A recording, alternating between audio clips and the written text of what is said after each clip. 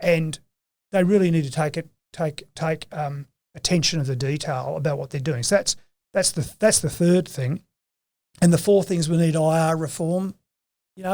And it's not just, I'm not talking about cutting people's wages. I'm just talking about this, that flexibility, where someone wants to work. You want to come in, we're gonna come up with a plain English deal where you want to work on Saturday and Sunday and Tuesday, and we agree what you're going to be paid, and it's a deal. And it's not that later on it's wage theft, because I didn't understand that on page 45 and on subpara 4B that actually you can't do that deal. I don't know if you followed this, but all these sort of stories about major corporates and indeed even the ABC engaged in wage theft, that shows you the system's too complicated. I don't believe for the moment the ABC went out of the way to shortchange their employees. That's just implausible. And same, I think, with Coles, or was it Coles or Woolies as well? Yeah, one or the other. They are top corporates. They have huge responsibilities to their shareholders and to the community.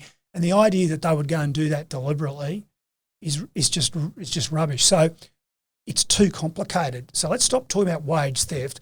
Let's come up with plain, simple deals that you can do that and have a sort of a safety net, sort of simple award where people won't get ripped off, but you can actually employ people. The other one's unfair dismissal. We know that is a rort. That is just milked. It's like someone who's a bad leaver just goes off to the relevant tribunal and hits you up for $25,000 because it's easier to do that than pay to deal with it. Well, that has to be really dealt with as well. And again, unions hate that sort of stuff, and they've got a role to defend workers. I get that, but I just ask them to think about really the reality. If we could open some of these things up sensibly and fairly, more people would be employed. You guys know it is a big decision to employ someone. For sure. It's huge. It's a massive responsibility. They look at you in the eye and you got to pay their wage every week. Every week, yeah. So I've got one employee in my business. The rest of the people in the business, they're my business partners. We're all directors, yeah. That's like 6 people. It's a lean business. That's what you want. Yeah.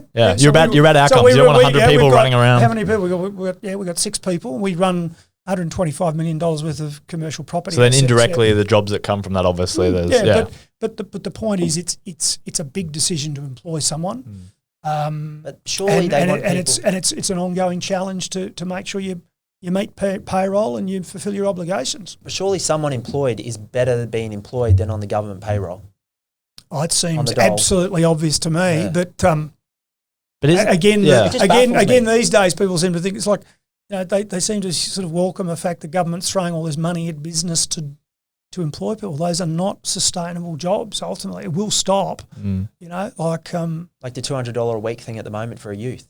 Well, yeah, and part of my problem with that is, and like I'm 57, I don't need a job, but I do think it's discriminatory against older workers. I mean, why just young people? If you're going to do that, why shouldn't it be available to everyone? And maybe I'm not there's a Serena Russo over 55. You can get benefits through. I guess to play devil's advocate here, like there's obviously a wealth divide happening simultaneously as well. And I think I've been super privileged during this time to the fact that the government was like, Tom, you run a business, so we're going to give you money because you must be smarter than someone that works a job. But I've got friends that are kind of out of employment and all the rest of it. When stuff like Amazon comes to Brisbane and then they start getting tax breaks and their minimum wage is kind of set at this kind of bottom standard, it's like, how do you protect the vulnerable as well in society while also progressing forward? Like I know that we're always kind of like, let's reward the businesses and that'll trickle down to kind of the lower class. But we're seeing, I guess, even with art, like being overvalued for like tax breaks and the wealthy kind of using massive kind of amounts of capital in non-productive assets. How does the kind of lower class kind of pick themselves up and get out of it when the kind of divide's happening more? And then I guess the government's trying to protect the vulnerable with these reforms, but then it's too complicated and then hurts them as well. Because I've got friends that say, oh, my boss doesn't open the store on Sunday because he's got to pay me triple time or double time, whatever it is. So obviously that's not working either, where they're like, I am happy to work for just less. On that one, that's what I was alluding to. That's by the IR correct. stuff. Yeah. Look, I think the biggest thing that government can do where there is the legitimate role is the issue about training. If you want a good job, you should be able to get training And that's the key to that, is what I should say. Education, yeah. Education and training. That's the key to a good job. And, it's like, I don't believe we should be subsidising businesses for 1 second more than we need to. These are extraordinary times. Yes. It's better, though, to create a framework where people can easily employ people, can actually go, well, it's not too risky. I mean, at the moment today, if you're going to employ someone, I mean, I already sort of said this, but if you're employing someone, you are taking a risk.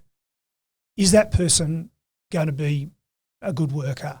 Do they have the right values? There's a whole lot of things. And then once they come in and they've passed that probationary period, if it doesn't work out then, it's hard to get rid of someone, a non-performer, or someone who's got a bad attitude, or someone who even we see time and time again, even people who are really bad turn out to be bad apples who are breaching workplace policies. They might be constantly hitting up the girls in the office, for example. Giving them unwanted attention, and you counsel them, and they say, well, they just ignore it, or they might be breaching some safety policy, or going off to the pub at lunchtime and drinking, and all those things. And it's very hard then to deal with it without, again, getting on the end of a wrongful dismissal claim.